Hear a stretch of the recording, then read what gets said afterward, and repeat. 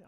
Hi, this is Mary Guzman with Crown Jewel Insurance, and I wanted to make a little video just to share with everyone what a trade secret is, because there seems to be a lot of confusion about that out there. And I'm going to do this in layman's terms because you can find legal definitions all over the internet. You can look at the USPTO website, you can look up the Defend Trade Secrets Act, you can find all kinds of definitions, but essentially a trade secret is something that is valuable to your organization, that you go to extra lengths to keep secret, that the people who have access to it know that it's supposed to be confidential trade secret information, and that you've told them that there will be repercussions if they release that information. And that's essentially it. It's essentially anything that can be stored in a format that can be copied. So it can be a drawing, a design, a formula, a recipe, a mechanical or technology setting, a new software, a program of some type. Let me give you some examples because people ask for examples a lot. It doesn't have to be as crazy, successful, and globally known as the Coca-Cola formula, but that's obviously the most famous trade secret in the world.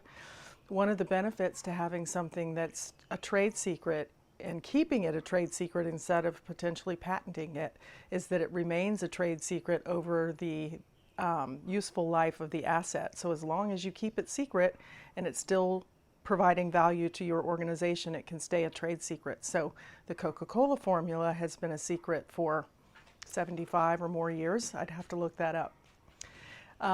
You also can have something that's a trade secret that is what we call negative know-how, where you work on something over a long period of time to derive either a business process benefit that makes your technology or the way that you deliver your products and services more efficient, for example, and the iterations along that methodology or that supply chain down to until such time that it becomes ready for launch internally, all of those wrong turns make up and become more valuable over time as a trade secret.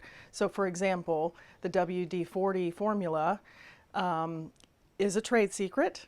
I'm not sure actually whether or not ultimately they patented WD-40, but all the 1 through 39, all of their near misses would become trade secret information in the sense that if an engineer or somebody who was working on that team to develop WD-40 went to a competitor and they took that knowledge with them on all the wrong turns they made on 1 through 39, they could save that new competitor a lot of time and money and other resources in going straight to something really close to WD-40.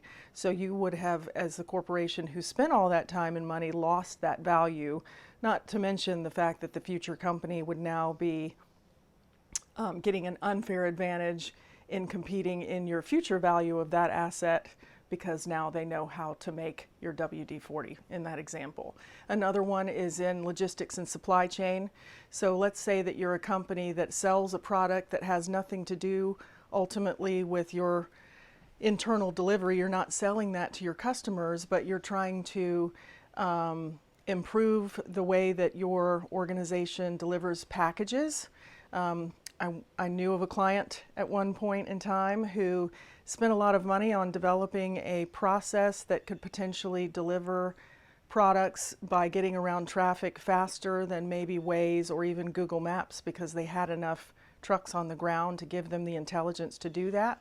They spent a lot of time and money, maybe made some acquisitions along the way in order to get to this point where they could deliver products faster and better than their competition, which of course is a valuable commodity to them.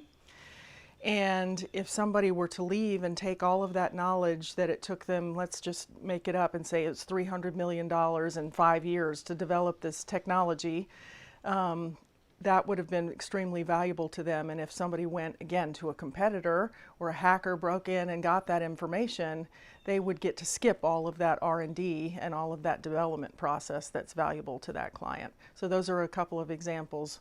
Another one that people wouldn't necessarily think of right away is in the media space. So if you think about, say, Game of Thrones, if they were to redo season 8, which we all wish they would do because it was terrible, But let's just say that they were filming Game of Thrones and everybody was waiting a year for it to come out. And they were marketing and advertising that it was going to come out on X date. And somebody was able to misappropriate that trade secret before it was actually released, and they just posted it on the internet or they sold it to the highest bidder. And now all of a sudden the marketing revenues and all of the sales that were supposed to be generated from releasing it at a certain time in the movie theaters are gone. So you can protect those assets as a trade secret as well. Essentially anything that an organization would be thinking of patenting right up until and right before the point where they decide to file for patent protection, that is by definition a trade secret. The minute they file for patent protection and they file with the U.S. Patent and Trademark Office, it nullifies any validity as a trade secret. The value literally goes to zero because trade secrets are no longer trade secrets once they become public information. So there's a lot of reasons strategically for companies to think about leaving certain assets in their trade secret mode rather than patenting them, because if they're kept as a trade secret, you never have to disclose what they are.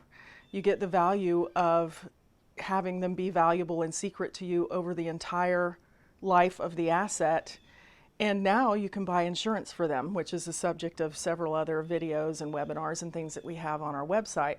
But once you can do that, you've now assetized and monetized that asset and put insurance behind it, which gives you a different collateral mechanism if you want to borrow money or find alternative financing structures to support your organization. It dramatically improves your balance sheet. So there are a lot of reasons to think of things as trade secrets, identify them, value them, have an automated trade secret asset management protection program in place.